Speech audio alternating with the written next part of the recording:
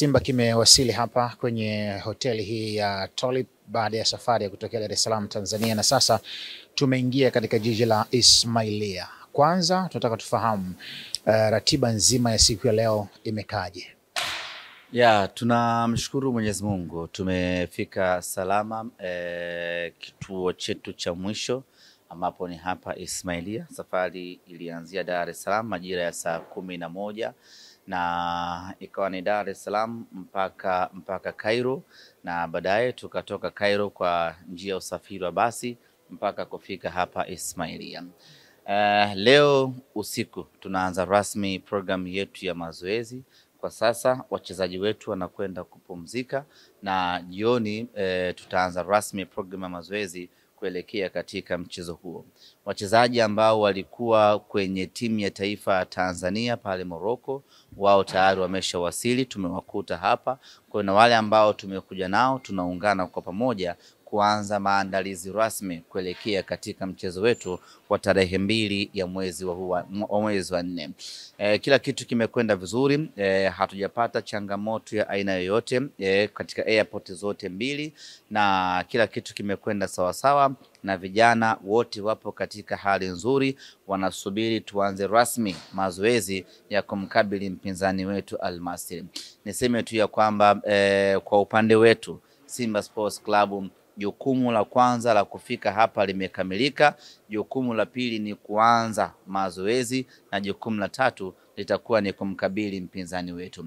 Tutaweka kambi hapa Ismailia kwa muda wa siku 4, na siku ya mwisho tutaondoka hapa kuelekea Suez ambao ndio mji utakaochezwa mchezo wetu na wapinzani wetu Al Masry.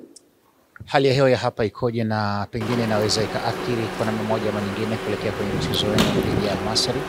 Yes, kuna baridi na ndio maana tumeamua kuja mapema. Ukiangalia leo ni tarehe 28, tuna takriban siku 4 hapa hadi kufika tarehe 2. Binadamu ana uwezo kuadapt hali ya hewa ya tofauti baada ya masaa 72. Ukiangalia kwa sisi kutoka leo mpaka siku ya mchezo wetu, wachezaji wetu wataweza kuzoea hali ya hewa ya hapa na hatimaye kufanya vizuri katika mchezo wetu. Lakini kama haitoshi, hata muda ambao tunafanya mazoezi kwa siku zote ambazo tutakuwa hapa ni ule muda ambao tutacheza mchezo wetu. Kwa hiyo hadi kufikia siku ya mchezo wachezaji watakuwa tayari wameshakuwa wa Misri na wataweza kutimiza majukumu yao ipasavyo. Kuna wachezaji ambao pengine wanakwenda kukosekana kwenye mchezo huu dhidi ya Al Masry, na idadi yao labda ni wachezaji wangapi ambao pengine wana majeraha ama ambao wameachwa Dar es Salaam Tanzania? Kwa wale ambao tumekuja nao hapa Misri wote wako vizuri, na wachezaji watakao kosekana ni wale ambao tumewaacha Dar es Salaam. Yuko Shemalon Fondo ambaye ametoka kufanyiwa upasuaji hivi karibuni, na tumemwacha ili aendelee kupata matibabu na kufanya rehebu ili kurejea katika utimamu wake.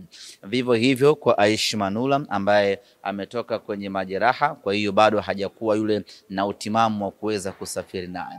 Wachezaji wengine ambao tumewaacha ni Edwin Charles Balua pamoja na Valentino Mashaka pamoja naye Hussein Kazi. Hii ni kwa sababu za kiufundi za mwalimu. Kwa hiyo wale wote ambao tumekuja nao hapa mpaka kufika hapa Misri wote wako vizuri.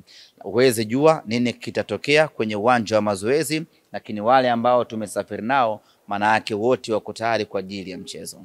Shukrani sana Ahmed, hadi wakati mwingine. Asante sana.